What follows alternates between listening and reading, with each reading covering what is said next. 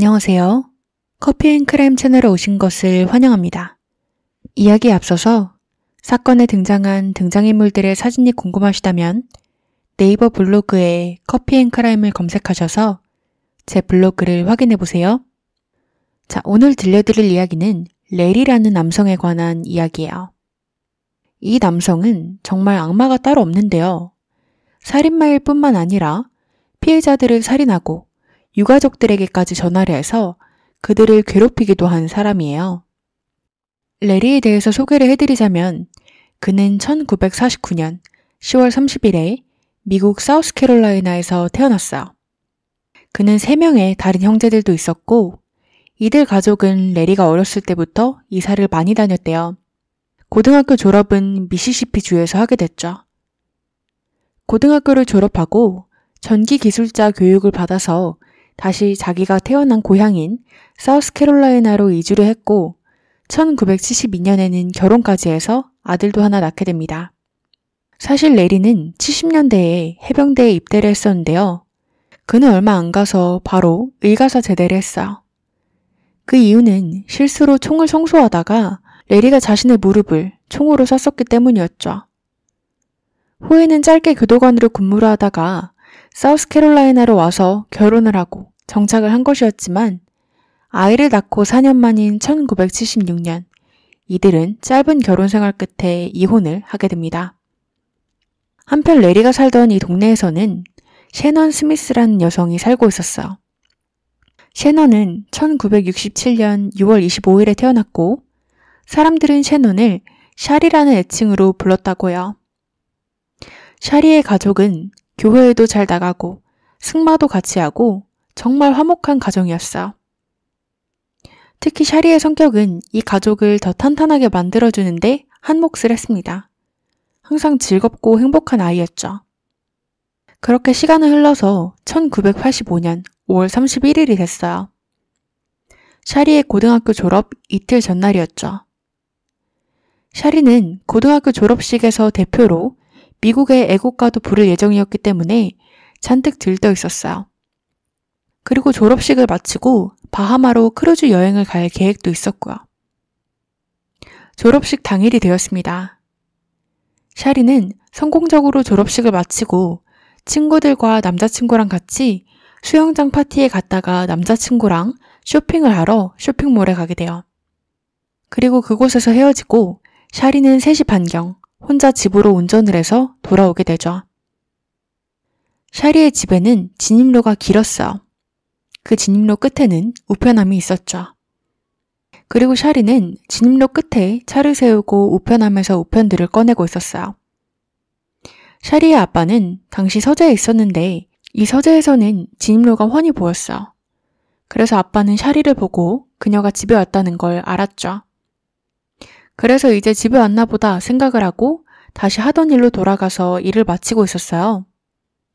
하지만 10분쯤 흘렀을까 아직도 샤리가 집에 들어오지 않았다는 사실을 깨닫게 됩니다. 그래서 샤리의 아버지는 즉시 밖으로 나가서 샤리의 차 쪽으로 향했어. 차 문은 활짝 열려 있었고 아직 시동도 걸려 있는 상태였죠. 조수석에는 샤리의 가방도 그대로 있었어요. 하지만 샤리는 어디에도 보이지 않았습니다. 바닥에는 우편들이 널브러져 있는 상태였고요. 샤리의 부모님은 바로 경찰을 불렀어요. 딸이 납치당했다고 말이죠. 이들이 살던 곳은 작은 동네였고 샤리의 부모님은 동네 사람들이랑 잘 알던 사이였기 때문에 이들은 바로 협조를 도왔어요. 다들 샤리의 부모님이 경제적으로 넉넉했기 때문에 돈을 노리고 샤리를 납치한 것이고 곧 납치범이 돈을 달라고 전화를 할 것이라고 예상했죠. 모두들 샤리가 도망간 건 아니라고 확신을 했던 이유는 바로 샤리가 당뇨가 있었기 때문이에요. 샤리는 매일 약을 먹었어야 됐는데 약도 차에 냅두고 사라질 리가 없었기 때문이었죠. 또 우편함으로 향한 발자국은 있었지만 차로 다시 돌아온 발자국은 없었어요. 경찰은 그렇게 바로 수사에 나섰습니다. 하지만 이틀이 지나도 어떠한 단서를 찾을 수가 없었어요. 샤리의 아빠는 엄청난 죄책감에 시달리고 있었어요.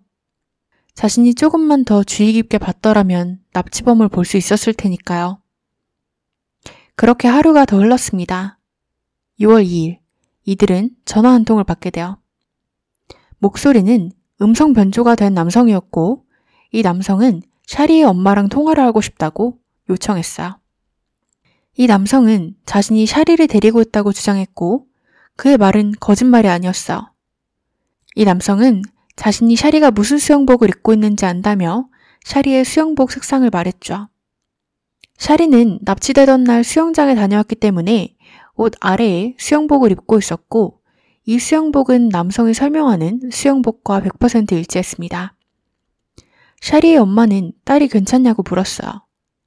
이 남성은 괜찮다고, 샤리는 당뇨 때문에 물을 많이 마시고 있고 지금 현재 TV를 보고 있지만 겁에 질려 있는 상태라며 샤리가 집으로 돌아갈 때 앰뷸런스를 대기해 놓는 게 좋을 수도 있다고 했어요. 당뇨약이 없었기 때문에 집으로 돌아갈 때 상태가 안 좋을 수도 있으니까 말이죠. 이 남성은 돈에 관한 이야기는 하지 않고 자기가 보낸 편지를 받았냐고 물어봤습니다. 샤리의 엄마는 무슨 편지를 말하는 거냐고 물었어요. 그리고 이 남성은 걱정하지 말라고, 지금 안 받았으면 내일 아침쯤 도착할 것이라고 답을 했죠. 경찰은 즉시 우체국으로 달려가서 미배달된 우편들을 다 살펴봤습니다. 그리고 전화가 이어지는 동안 경찰들은 이 남성이 샤리의 집에서 30km 정도 떨어진 곳에서 전화를 하고 있다는 사실을 알아챘죠. 사실 전화 시간이 조금 더 길었더라면 더 자세한 위치를 파악할 수 있었을 텐데 남성이 전화를 일찍 끊어버려서 이 정도가 경찰이 파악한 전부였어요. 한편 우체국에서는 편지가 발견되었습니다.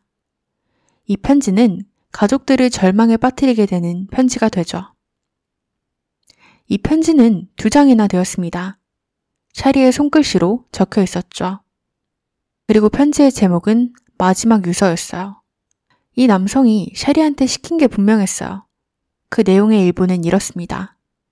엄마, 아빠, 가족들, 친척들, 그리고 남자친구 모두 다 사랑해요. 저는 이제 하나님의 곁으로 갈게요. 저에 대한 걱정은 하지 마세요. 우리가 함께했던 좋은 추억들을 기억해 주시고 이 사건으로 당신들의 인생을 망치지 마세요. 그리고 제 장례식에서 관뚜껑은 꼭 닫아주세요. 라고 했다고 합니다. 보통 미국의 장례식에는 관뚜껑을 열어두고 가족들이 마지막으로 시신을 보고 인사를 하는 게 대부분인데요.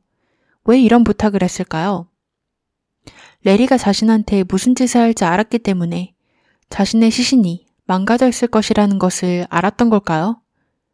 이 남성은 가족들한테 총 8번의 전화를 했습니다. 이 당시에는 전화가 추적되기까지 최소 15분이라는 시간이 필요했어요. 근데 레리는 마치 이 사실을 알았던 것처럼 전화 시간을 15분을 넘기는 적이 절대 없었죠. 항상 목소리는 변조가 되어 있었고 샤리의 엄마랑 통화를 하고 싶다고 요구를 했어요. 그러던 어느 날 이 남성은 샤리의 언니인 돈과 통화를 하고 싶다고 요청을 하게 됩니다. 그리고 이 남성은 돈이 원래 자신의 타겟이었다는 것을 실수로 발설해버리게 되죠.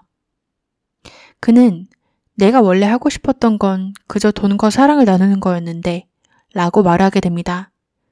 돈은 놀라서 뭐라고요? 라고 대답을 했고 그제서야 그 남성은 자신이 실수를 했다는 걸 알았던 것인지 샤리라고 다시 정정했죠.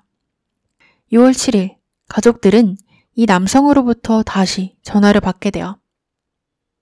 이 남성은 자신과 샤리가 공식적으로 하나의 영혼이 되었다고 주장했습니다. 돈은 그게 무슨 뜻이냐고 물었지만 남성은 그저 이제 경찰한테 샤리를 그만 찾아도 된다고 말을 하라고 했어. 그리고는 전화가 끊겼죠. 가족들은 그 후 며칠 동안 남성에게서 연락을 받지 않았어요. 그리고 며칠이 지나고 드디어 다시 전화가 걸려왔습니다. 이번에 이 남성은 어떤 주소를 주면서 이곳으로 가보라고 신의 뜻이 기다리고 있을 것이라고 했어요. 경찰들은 즉시 이 장소로 향했죠. 샤리의 엄마는 자신도 데려가 달라고 빌었지만 경찰들은 아무래도 불길한 예감이 들었기 때문에 거절을 하고 경찰들만 동원해서 출동을 하게 돼요. 경찰들의 일감은 안타깝게도 맞았습니다.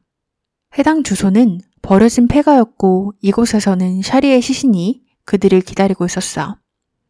부검 결과 샤리는 죽은 지 이미 며칠이 된 상태였어요.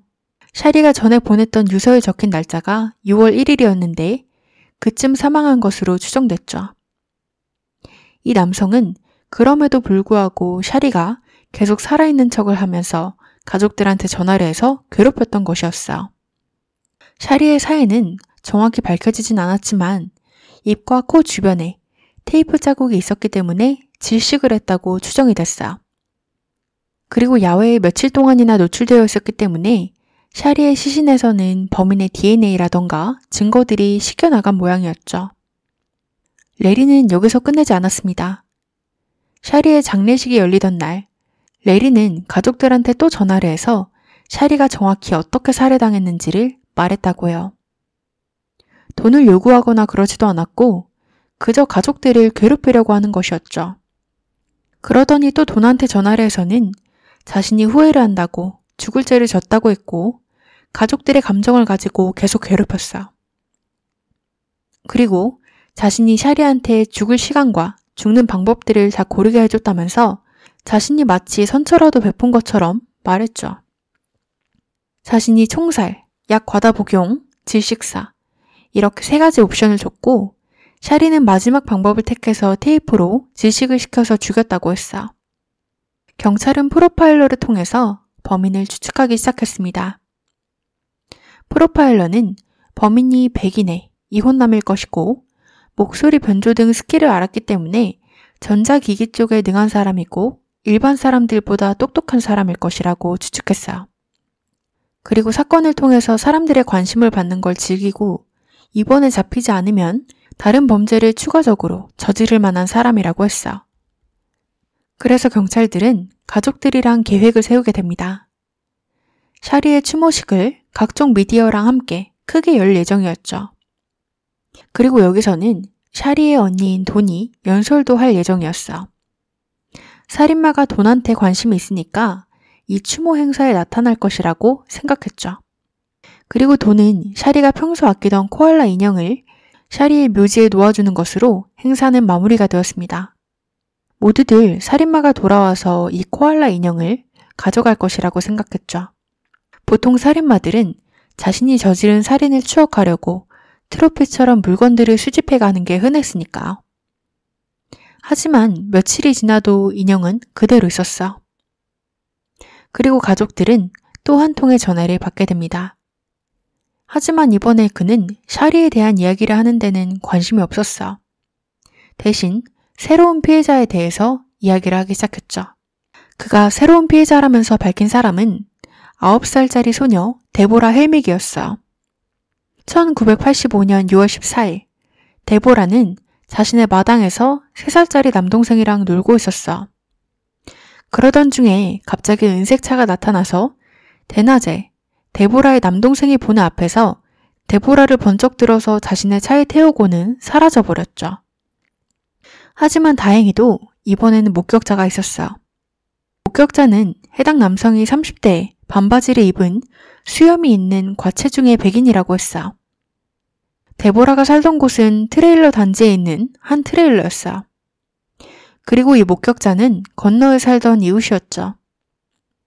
이들이 살던 트레일러 파크는 큰 도로가 바로 옆이었고 이웃이 데보라의 비명을 듣고 나갔을 때는 이미 정말 빠르게 일이 벌어지고 남성은 떠나서 큰 도로가로 차를 끌고 사라진 상태였어. 그래서 이웃 남성은 데보라의 집으로 달려가 문을 두드리기 시작했죠. 가족들과 이웃들은 모두 소녀를 찾아 나섰지만 찾을 수 없었습니다. 그리고 곧이어 이들 가족도 남성으로부터 계속되는 전화를 받게 되고 사건 발생 8일 후 이 남성은 샤리의 가족한테 전화를 해서 데보라의 위치를 알려주게 돼요. 사람들은 왜 데보라의 가족이 아닌 샤리의 가족에게 알렸을까 궁금했지만 아마 샤리의 가족에게 조금 더 심한 집착과 개인적 관심이 있었기에 그랬던 것이 아닐까 싶어요. 그리고는 샤리의 언니인 돈에게 신이 너보고 샤리와 함께하라고 명한다며 돈이 영원히 안전할 수 없다고, 자기한테 잡히는 데는 시간 문제라고 겁을 주게 되죠. 경찰은 데보라의 위치를 받자마자 그곳으로 향했어. 데보라가 발견된 곳은 도로가의 숲을 뒤에서 발견됐고 그녀가 발견됐을 때 이미 시신은 꽤 부패가 진행된 상태였어. 그리고 데보라는 자신의 속옷 위에 어른의 비키니가 입혀진 상태였고 부검 결과 성폭행까지 당한 것으로 밝혀졌어. 전에 샤리 때는 증거가 씻겨나갔기 때문에 확실히 말을 할 수 없었지만 데보라를 보고 사람들은 샤리 또한 성폭행을 당했겠구나 생각했죠. 그리고 데보라 또한 샤리처럼 테이프로 지식당해서 죽은 것으로 드러났어요. 경찰은 더 이상의 피해자가 나오는 걸 두고 볼 수 없었어요. 다시 원점으로 돌아가 꼼꼼히 수사를 시작했죠.